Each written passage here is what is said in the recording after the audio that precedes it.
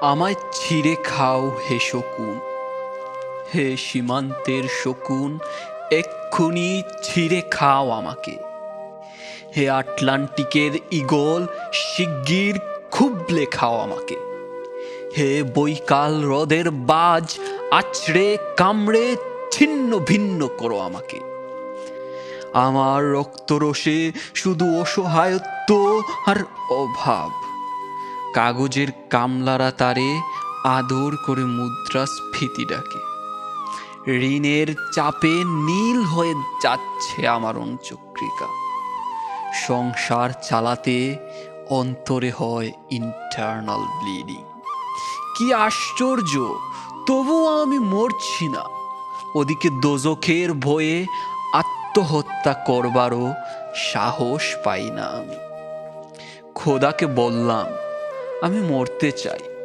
তিনি বললেন, বেঁচে আছো কে বলল?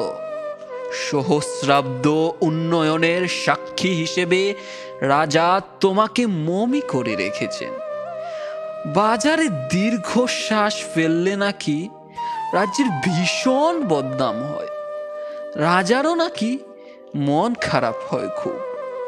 কোতোয়ালরা ফরমান জারি করেছে, আমাকে সারাক্ষণ হাসতে হবে, নইলে দেশি কুকুর ও বিদেশি মাগুরকে একবেলা ভালো মন্দ খাওয়ানো হবে আমার মাংস দিয়ে।